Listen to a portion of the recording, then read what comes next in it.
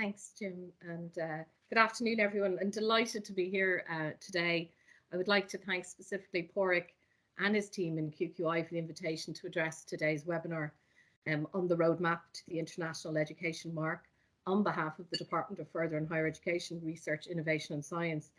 And as Porrick said, it's fantastic to see such a large virtual attendance from a diverse range of providers across the international education sector.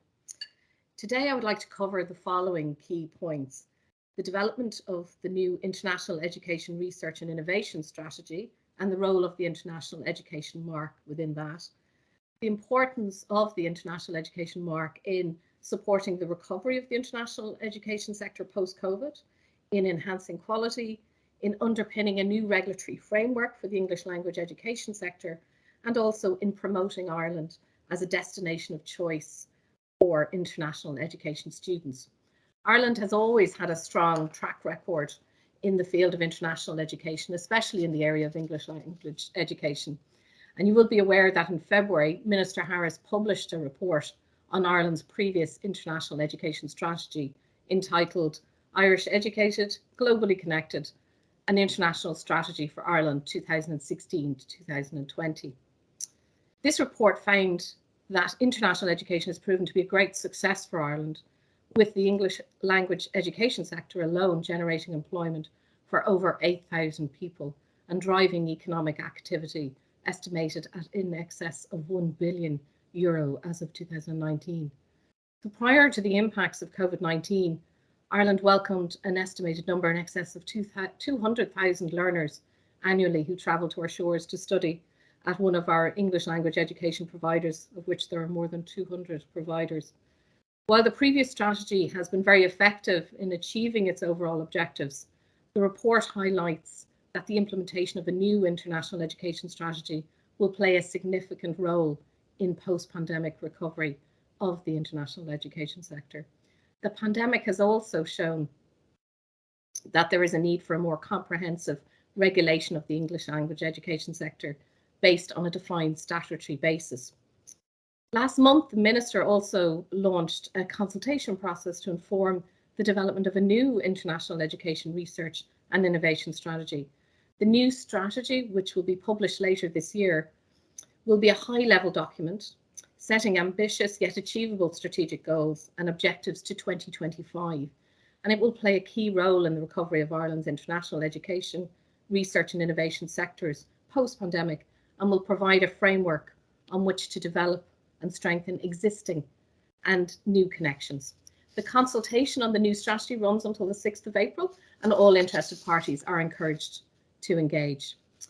The International Education Mark, the topic of today's webinar, will be a key component in the development of the new International Education Research and Innovation Strategy. Ireland has a reputation for offering a high-quality educational experience to international students, and this is a reputation that we are proud to have and one which we intend to build upon. The rollout of the IEM will enable a robust national and internationally benchmarked quality assurance system, which will be extended to the English language education sector. To obtain the IEM, providers will have to demonstrate compliance with a range of requirements focused on due diligence, quality assurance, and the protection of enrolled learners, alongside key criteria and practices in relation to student welfare and the employment conditions of staff working in the sector. Ireland has a real opportunity as the only English-speaking country in the EU in the aftermath of Brexit to attract more international students and to enrich our reputation as a destination of choice. And it is important that we are in a position to take advantage of this opportunity by enhancing the quality of our educational offerings.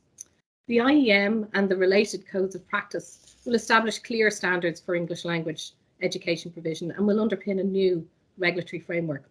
The IEM will promote public confidence in the quality of the educational experience delivered by education providers excuse me, to international students in Ireland, and will enable the state to take a larger and more active role in promoting our English language education sector overseas. The legislative measures necessary to facilitate the introduction of the IEM are provided for in the legislation, namely the Qualifications and Quality Assurance Education and Training Amendment Act of 2019. And with this legislation now in place, the Department and QQI are working together to prioritise the amended legislation work programme referred to by Porrick and Jim earlier. This programme of work is focused on developing and implementing the key precursor measures to facilitate the full introduction of the international education mark, including ministerial regulations for corporate fitness and the establishment of a new National Learner Protection Fund. My QQI colleagues will speak in more detail about each of these new measures in the course of the afternoon. This is an exciting time for Ireland's international education sector, with many positive changes to come, and the Department very much looks forward to continuing to work with QQI and with the sector to achieve the rollout of the international education mark. Thank you, Jim.